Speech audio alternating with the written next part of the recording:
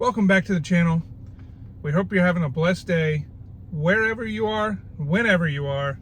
It's Jason, and I'm here with you for another day of reading the book of John, which is part of the series, Where to Start If You've Never Read the Bible.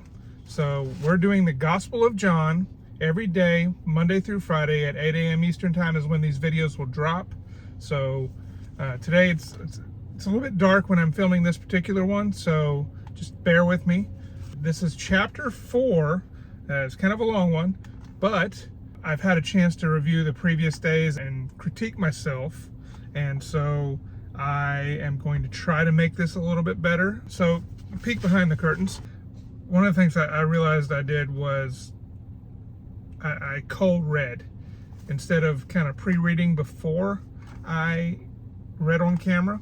So I think that's going to help if I just kind of look over it a little bit before I read on. So don't worry, you're not going to see that part. We're going to make sure this flows, but we're going to jump into chapter 4. Jesus talks to the woman in Samaria. Like I said, if you haven't watched or followed along with the first few days, you can go back. I've created a playlist, or you can go back and watch John chapter 1, chapter 2. So like I said, this is Friday, and it is chapter 4 of the book of John, and we're going to jump right in. Jesus talks to the woman in Samaria. Jesus learned that the Pharisees had heard the report that he was making and baptizing more followers than John. But really, Jesus himself did not baptize anyone. His followers baptized people for him. So he left Judea and went back to Galilee. On the way to Galilee, he had to go through the country of Samaria. In Samaria, Jesus came to the town called Sychar, which is near the field that Jacob gave to his son Joseph. Jacob's well was there. Jesus was tired from his long trip, so he sat down beside the well. It was about noon. A Samaritan woman came to the well to get some water, and Jesus said to her, "Please give me a drink." This happened while followers were in town buying some food. The woman answered, "I am surprised that you asked me for a drink. You are a Jew, and I am a Samaritan woman." Jews have nothing to do with Samaritans. Jesus answered, "You don't know what God can give you, and you don't know who I am, the one who asked you for a drink. If you knew, you would have asked me, and I would have given you living water." The woman said, "Sir, where will you get that living water? The well is very deep, and you have nothing to get water with. Are you greater than our ancestor Jacob? He is the one who gave us this well. He drank from it himself, and his sons and all his animals drank from it too." Jesus answered, "Everyone who drinks this water will be thirsty again. But anyone who drinks the water I give will never be thirsty again. The water I give people will be like a spring flowing inside them. It will bring them eternal life." The woman said to Jesus, "Sir, give me this water. Then I will never be thirsty again, and won't have to come back here to get more water." Jesus told her, "Go get your husband and come back." The woman answered, "But I have no husband." Jesus said to her, "You are right to say you have no husband.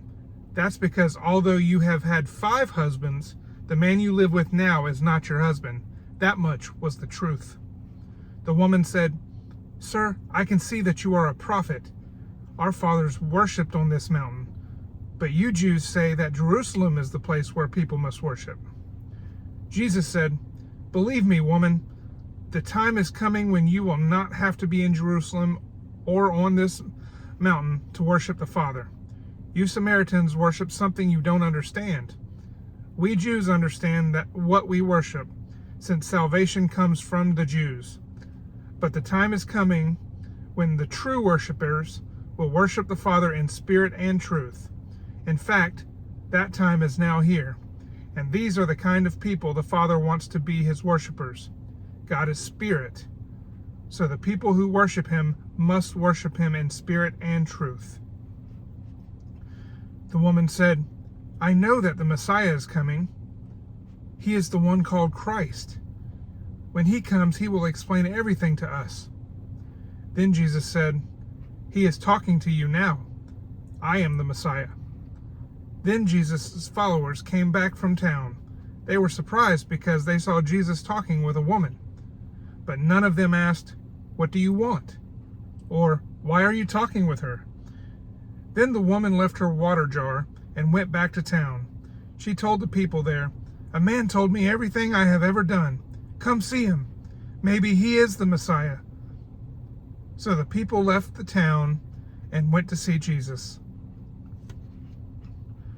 While the woman was in town, Jesus' followers were begging him, "Teacher, eat something." But Jesus answered, "I have food to eat that you know nothing about." So the followers asked themselves, "Did someone already bring him some food?" Jesus said, "My food is to do what the one who sent me wants me to do. My food is to finish the work that he gave me to do.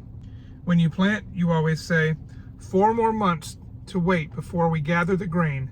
But I tell you, open your eyes and look at the fields. They are ready for harvesting now. Even now the people who harvest the crop are being paid. They are gathering crops for eternal life. So now the people who plant can be happy together with those who harvest. It is true when we say, 1 person plants, but another person harvests the crop. I sent you to harvest a crop that you did not work for. Others did the work, and you get the profit from their work." Many of the Samaritan people in that town believed in Jesus. They believed because of what the woman had told them about him. She had told them, "He told me everything I ever done." The Samaritans went to Jesus. They begged him to stay with them, so he stayed there 2 days. Many more people became believers because of the things he said. The people said to the woman, "First we believed in Jesus because of what you told us, but now we believe in because we heard him ourselves. We know now that he really is the one who will save the world." Now, Jesus heals an official's son. 2 days later, Jesus left and went to Galilee. Jesus had said before that a prophet is not respected in his own country. When he arrived in Galilee, the people there welcomed him.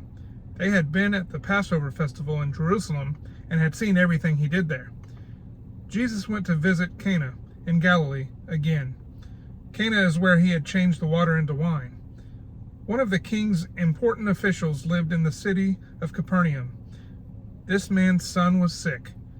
The man heard that Jesus had come from Judea and was now in Galilee.